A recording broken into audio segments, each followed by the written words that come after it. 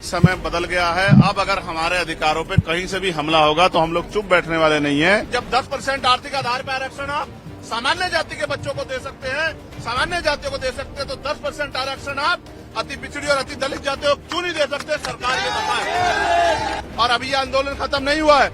आज तो संपूर्ण भारत में भारत बंद जारी है, लेकिन 11 सितम्बर को जो हमने दूसरा चरण इसका बुलाया दिल्ली में, उस दिन हम सरकार को घुटने टिकवा देंगे। चैलेंज करके कहता हूं, आज इस आंदोलन में जिस सरकार के नेतृत्व में हमारे लोगों की पीठ पर लाठियां पड़ेगी, उस सरकार की कुर्सी को पलटने का काम, तख्ता पलट करने का काम भी हम आने वाले कल में करेंगे।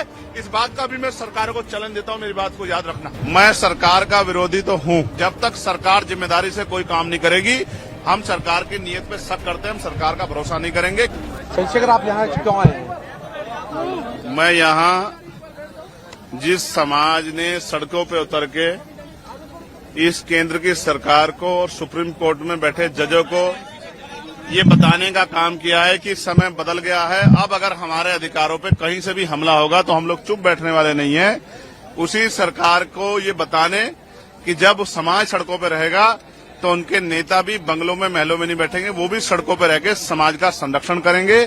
जिस तरह से पूरे देश में भीम आर्मी आजाद समाज पार्टी के लोग जिला मुख्यालयों पे सड़कों पे उतर के संवैधानिक तरीके से अपना ज्ञापन दे रहे हैं, अपनी बात रख रहे हैं, बंद को सफल बना रहे हैं, ऐसे ही कार्यकर्ता के तौर पे हम दिल्ली में अपनी ड्यूटी को अदा कर रहे हैं। हम दिल्ली के जंतर मंतर पे पिछले कई घंटों से अपने आंदोलन को मजबूत कर रहे हैं और ये संदेश दे रहे हैं, सारी चीजों पर नजर भी रख रहे हैं कि हम इस आंदोलन से पीछे हटने वाले अब नहीं। कुछ लोग कह रहे हैं आप विरोधी भी हैं बंद की। मैं सरकार का विरोधी तो हूं। मैं आपको बताना चाहता हूं कि सबसे पहले पार्लियामेंट में मैंने इसका ललकार कर विरोध किया और सरकार को चैलेंज किया कि सरकार अब आंखें खोल ले। अब वो दिन नहीं रहे, 2 अप्रैल 2018 दोहराने का मौका न दे। और फिर सरकार ने अपनी बात रखते हुए कहा कि हम इसको नहीं कर रहे हैं, उसको नहीं कर रहे हैं, लेकिन जब तक सरकार जिम्मेदारी से कोई काम नहीं करेगी, हम सरकार की नीयत पे शक करते हैं, हम सरकार का भरोसा नहीं करेंगे। क्योंकि हमने देखा है आरक्षण पे सिर्फ ये हमला नहीं, निजीकरण के द्वारा, लेटरल एंट्री के द्वारा, जैसा अभी आपने 45 का कर दिया था, तो हमने जबरदस्त आवाज उठाई तो आपको वापस लेना पड़ा। फिर ठेकेदारी के जरिए, संविदा के जरिए, आउटसोर्सिंग के जरिए, जिस तरह से आपने सरकारी नौकरियों को खत्म करके आरक्षण की धज्जियां उड़ाने का काम किया, ये किससे छिपावा नहीं है। और जिस तरह से आपकी सरकारें निजीकरण को बढ़ावा दे रही हैं, पूंजीपतियों को बढ़ावा दे रही हैं, कॉर्पोरेट सेक्टर को बढ़ावा दे रही हैं, सरकारी स्कूलों को बंद कर रही हैं, नौकरियों को खत्म करें, 69 शिक्षक भर्ती में जिस तरह आपने घोटाले किए, और फिर तमाम तरह से आपकी लंबे समय से नीति, आपकी आइडियोलॉजी हमने देखी। हम इस सरकार के ऊपर, इनकी नीतियों पर भरोसा नहीं करते, इसलिए हमें इस सरकार की नीयत पे खोट है। डॉक्टर बाबा साहब अम्बेडकर ने कहा था, संविधान कितना भी अच्छा क्यों ना हो, चलाने वाले हाथ अच्छे नहीं होंगे, उनकी नीयत अच्छी नहीं होगी, उनकी नीति अच्छी नहीं होगी, तो अंत संविधान बुरा साबित होगा। इसलिए आज हम ये नीला झंडा लेके आते हैं कि हम किसी भी कीमत पे सरकार के हथकंडों को, सरकार की बुरी मंशा को, सरकार के षड्यंत्रों को कामयाब नहीं होने देंगे। एक और बात, अगर सरकार कहती है कि बंटवारे की बात, वो कुछ देने की बात कर रहे हैं, तो मैं आपको विश्वास दिलाता हूं, मैं चंद्रशेखर आजाद, बाबा साहब अम्बेडकर, मान्यवर काशीराम साहब, मान्यवर दीना भाना वाल्मीकि जी के मिशन का सिपाही, मैं आपको विश्वास दिला कहता हूं, ये हमारे भाइयों की बात है। हम अपने भाइयों से इस आंदोलन के बाद टेबल टॉक करेंगे, उनकी समस्या को सुनेंगे, अपनी बात भी रखेंगे और मिलकर अपनी समस्या का हल निकालेंगे। हम बंदर बाट नहीं होने देंगे। हम सरकार को अपने अधिकारों पे राजनीतिक रूप से फायदा लेने के लिए अपने लोगों को लड़ने नहीं देंगे। हम अपने भाईचारा बना के रखेंगे। और फिर मैं कह रहा हूं, मैंने 1.5 साल पहले ही मांग उठाई थी कि जो जिन जातियों को अवसर नहीं मिले, जब 10% आर्थिक आधार पर आरक्षण आप सामान्य जाति के बच्चों को दे सकते हैं, सामान्य जातियों को दे सकते हैं, तो 10% आरक्षण आप अति पिछड़ी और अति दलित जातियों को क्यों नहीं दे सकते? सरकार ये बताए।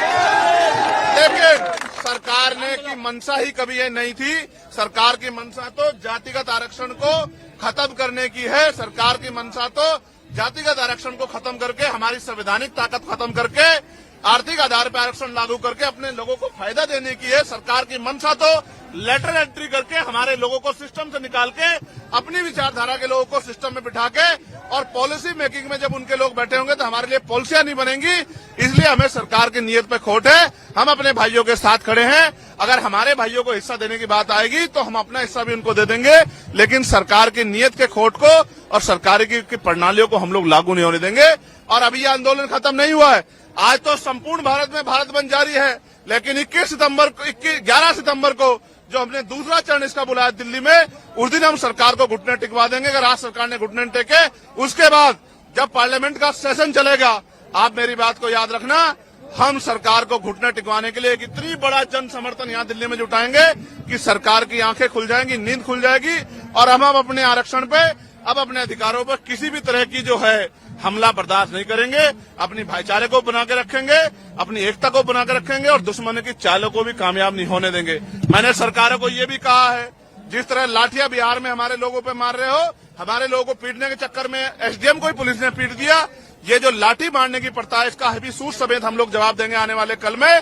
और आपकी लाठियों का जवाब जो है हम लोग अपने तरीके से, संवैधानिक तरीके से देंगे। और मैं चैलेंज करके कहता हूं, आज इस आंदोलन में जिस सरकार के नेतृत्व में हमारे लोगों की पीठ पर लाठियां पड़ेगी, उस सरकार की कुर्सी को पलटने का काम, तख्ता पलट करने का काम भी हम आने वाले कल में करेंगे। इस बात का भी मैं सरकार को चैलेंज देता हूं, मेरी बात को याद रखना। चंद्रशेखर जी, जो 2000 इलेक्शन में अभी पार्लियामेंट में जो इलेक्शन हुआ है, उसमें जो लोग संविधान की कॉपी लेकर घूम रहे थे, आरक्षण और संविधान को बोले थे कि आरक्षण खत्म कर दिया जाएगा, और आज वो कहाँ दिखाई दे? देखिए, मैं आज अपने समाज के संरक्षण के लिए, समाज के आवाज को मजबूत करने के लिए सड़क पर उतरा हूं। आज मैं किसी को कुछ नहीं कहना चाहता। हमारे समाज की आंखें वो सबको देख रहा है, कौन क्या कर रहा है। समाज की आंखें नहीं, ऐसा नहीं समाज की आंखें नहीं है, समाज देख रहा है। और अब समाज आने वाले कल में जो फैसले लेगा, उनसे सभी दलों को एहसास होगा कि किस तरह से चुप्पी रखी जाती है और किस तरह से बंद मुंह करके सरकार को समर्थन दिया जाता है।